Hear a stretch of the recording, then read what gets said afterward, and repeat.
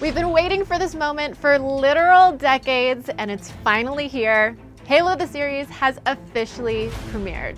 In our first episode of Halo the series Declassified, we're joined by our Master Chief, series star Pablo Schreiber, as we take a look at what goes into bringing the iconic character to life.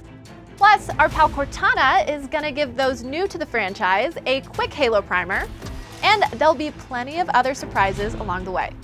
Time to report for duty, Spartans, because this mission is deploying right now.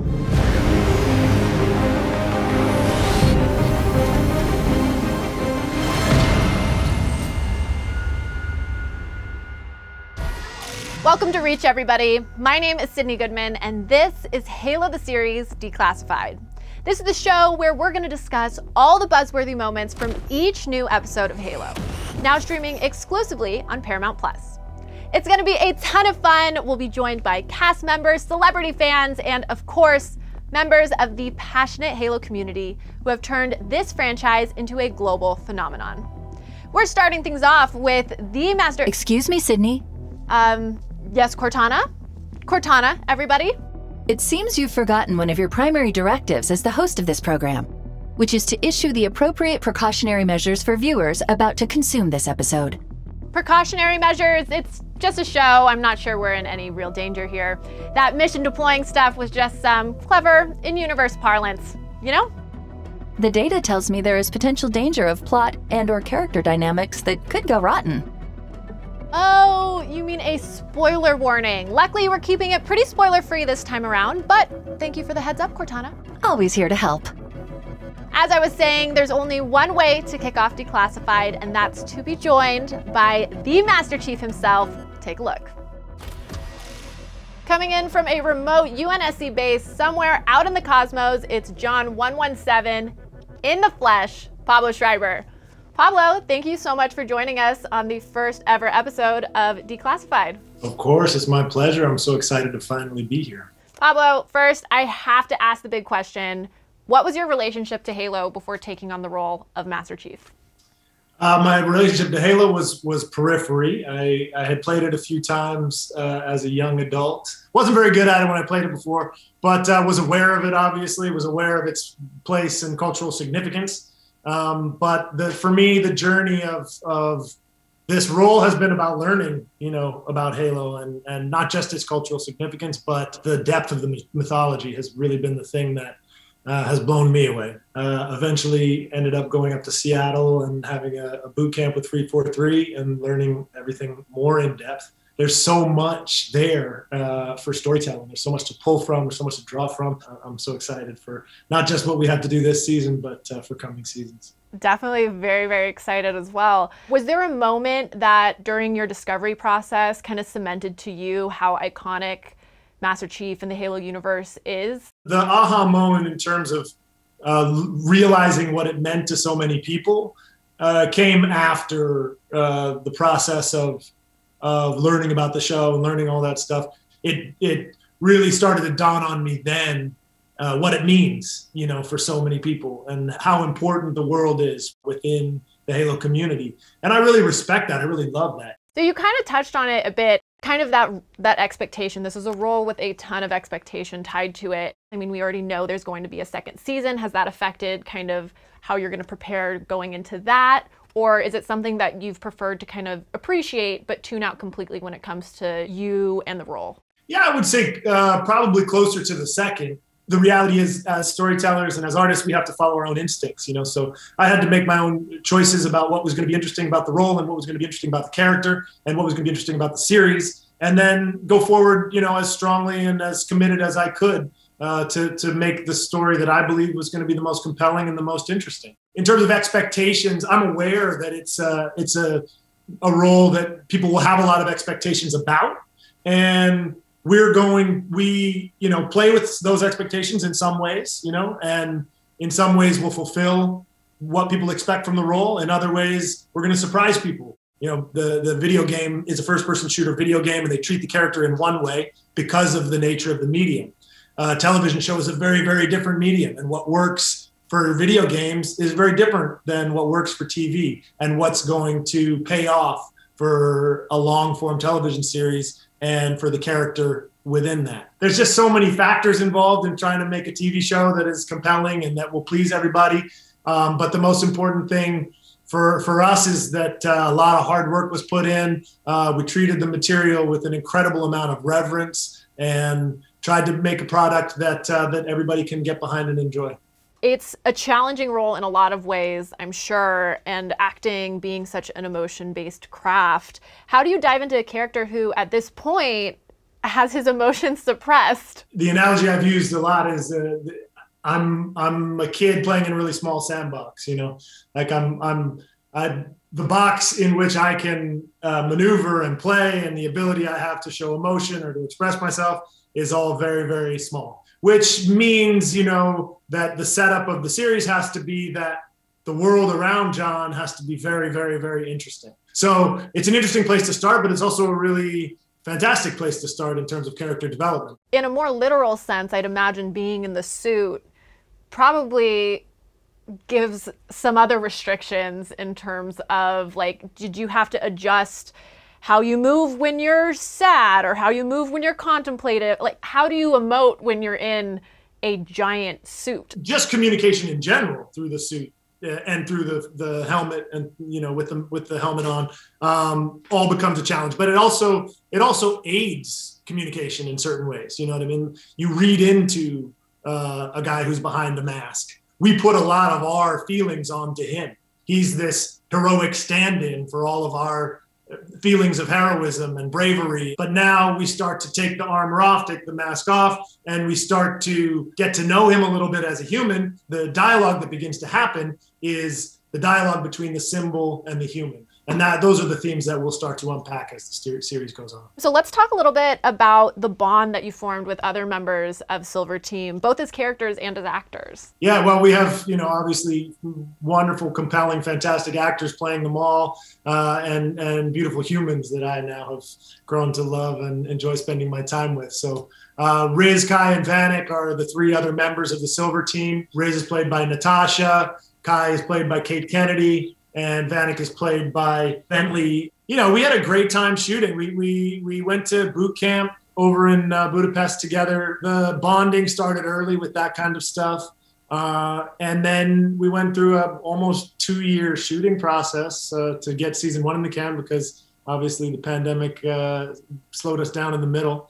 Through the rigors of that process of 2 years shooting together, we obviously grew even deeper and more interesting bond. I think people are going to be really excited to see these new Spartans, you know, added to the roster, because they're all characters that have been developed for the show. Sort of a stand-in for the, you know, blue team. Now it's the Silver Team for this, because we're in a separate timeline. But I think people are going to be really excited to add these new characters to the roster. Finally, just keeping it spoiler-free, what are you most excited for fans to see in the episodes still to come? Because it's where my personal, you know, connection with this the most is John's journey. You know, the journey of John accessing and feeling what it is to be human for the first time. To me, that's the thing I'm the most excited about for this season. Episode 6 for me is also one of my faves, and it just forwards the journey of John the human a lot. Charlie Murphy is the actress who plays McKee, who you've met after the first episode. But I think one of the real joys of the season is her work. And so you're gonna get to see more of that as the season develops. But everybody is so good in this show, and I'm so proud of everyone for the work they did. Thank you so much for just being generous with your time, with your talent. Congratulations on the episode being out. And I know I speak for so many people when I say I cannot wait to watch John's journey. Thank you so much. Thanks for the time. I'm so excited for the community to get to see this show. It's been such a long time coming, and I know there's so many feelings around it and so much anticipation around finally getting to see a live action Halo show. And I'm really, really thrilled for you all to go on the journey of this season. And thank you so much for sticking with us.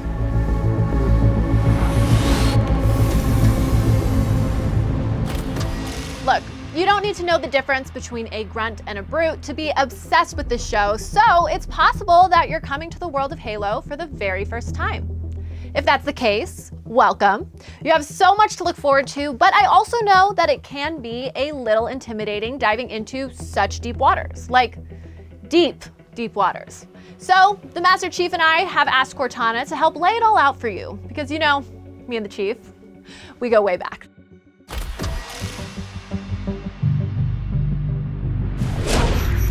Hello, recruits. Cortana here. I'm a 26th century artificial intelligence, but also your guide to the Halo universe.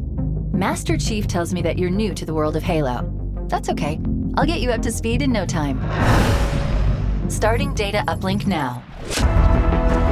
When Halo Combat Evolved released for the original Xbox in 2001, it not only marked a massive leap forward for the first-person shooter genre, but also gave gaming as a whole a brand new mascot. The emerald-clad Master Chief. Sequels, spin-offs, novels, comics, and plenty of merchandise expanded the lore. Recruited a Halo community of amazing humans just like you, and turned the Master Chief into an interstellar icon. I'll buy us some time. And now, he's ready to conquer an all-new medium, television. He's bringing with him Halo's rich world of aliens, epic technology, and the ongoing battle of good versus evil. Halo at its core is the story of the heroic super soldier Master Chief. That's an order. Trying to save the human species from a ferocious alliance of powerful aliens called the Covenant. Master Chief was made to be humanity's greatest weapon and protector. A Spartan soldier raised and trained from a very young age by the Spartan program's creator, and mine for that matter, Dr. Catherine Halsey. It's like nothing I've ever seen. The Covenant, united by their technology and bound by their faith, are prepared to eliminate any impediment to their quest for enlightenment. And so the UNSC, or the United Nations Space Command, deploys Master Chief to protect Earth and lead mankind to victory against the Covenant. Of course, the Chief can't do it alone. Accompanying him on this mission, along with a host of advanced weaponry and state-of-the-art vehicles, is the Spartan fire team known as Silver Team. Chief, Covenant Phantom. Just like Chief, On me. these Spartans were trained and tuned to be the ultimate soldiers in the name of protecting humanity at all costs. Let's go! Let's go! And finally, there's me. Hello, Master Chief. I'm Cortana. Like I said, I'm a highly advanced artificial intelligence called Cortana. I'm very much my own person, but I'm even better when I'm embedded within Master Chief's neural matrix to offer real-time tactical guidance, advice, and, when appropriate, playful banter. Someone's got to keep things light while we embark on a mission to save humanity, right? Halo the series is a deep dive and a new perspective on this beloved universe, using familiar building blocks of the world to give existing fans and new viewers alike a unique opportunity to meet Master Chief for the first time.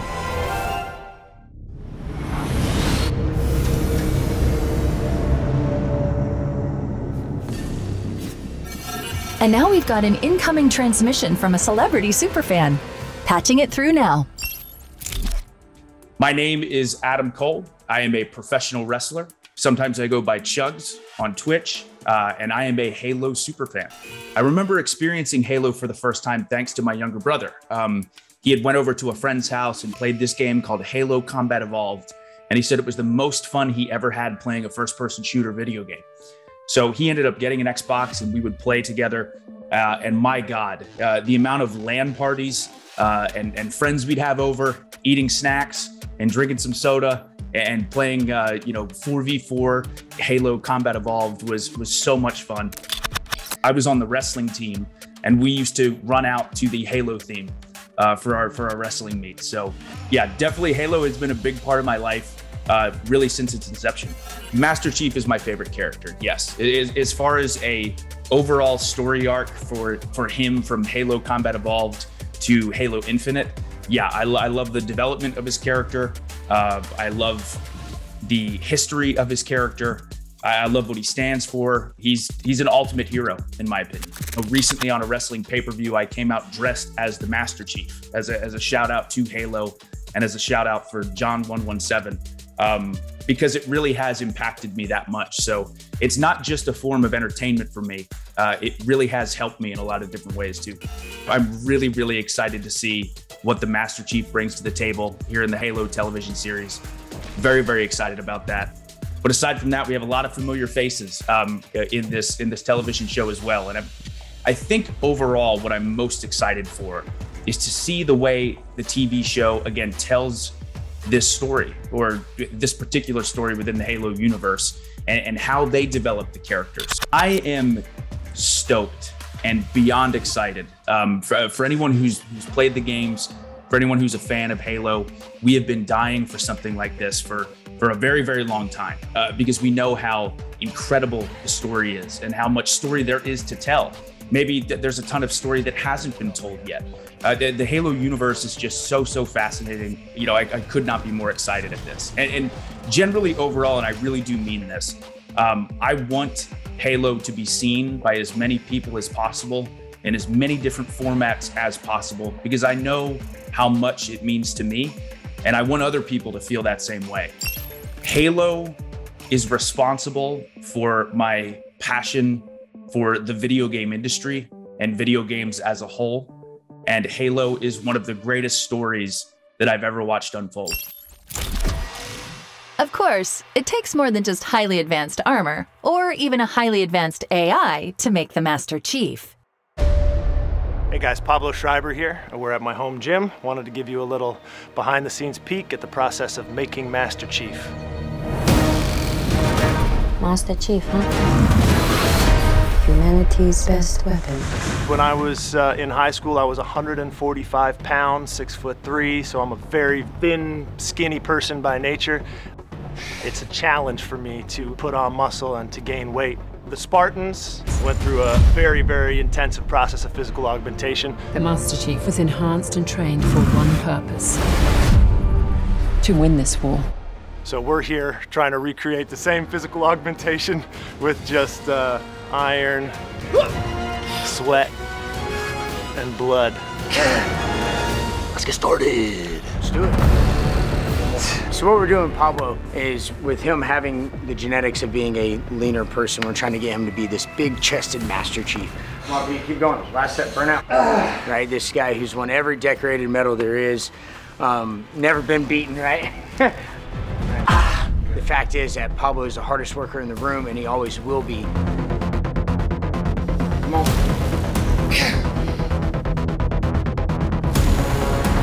So as long as he doesn't do anything too dumb, we're gonna be just fine.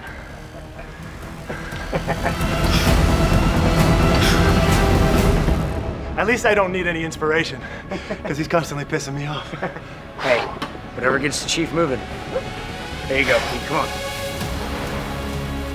I'm eating 5,000 calories a day. It's a massive undertaking in and of itself, getting all those calories in me, perfecting the mix of 40% carb, 40% fat, 20% protein. Come on, go, go, go. Or cry. Yeah. You guys tired yet? Oh yeah. Oh, susu. All right, guys, we've had a fantastic time. Thank you for joining us at the compound. We'll see you in Budapest.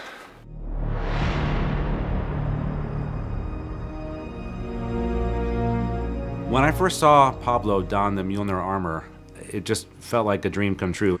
And Pablo just brings it to life with such ease, and he's a great leader on the set. Last one, let's go! Let's go! I'm about to begin my sprints. There you go. Nice. Thank you for your leadership nonstop and dedication to these people. It's unbelievable, man, and it's awesome, and it shows through, man.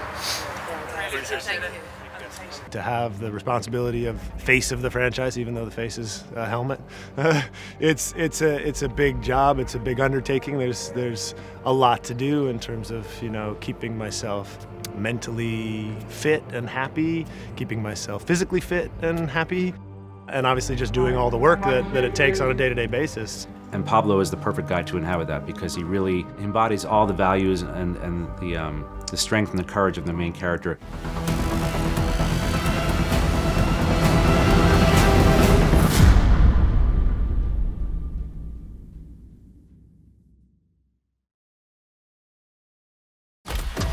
I can't believe it's already over. Luckily, we have plenty more episodes in store, but for now, that's it for the very first episode of Halo the Series Declassified.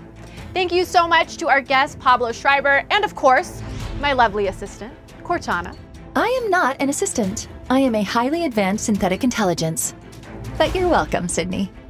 Be sure to join us next time for a deep dive into Halo's second episode, when we'll be joined by Bokeem Woodbine, who plays Soren, an old, let's say, colleague of the Master Chiefs. And of course, you can stream new episodes of Halo every Thursday exclusively on Paramount Plus. Until then, I'm Sydney Goodman, and to paraphrase Chief, we're just getting started. See you next time.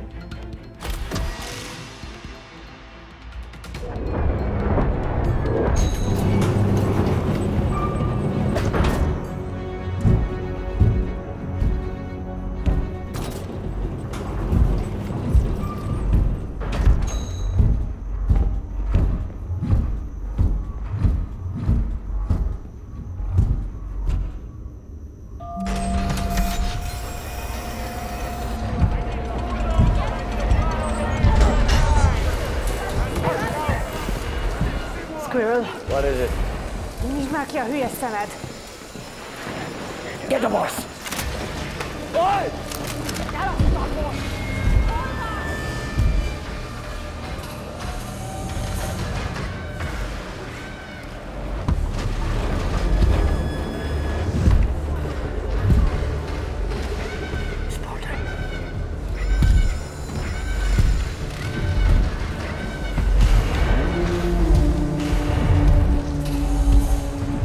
This is your plan.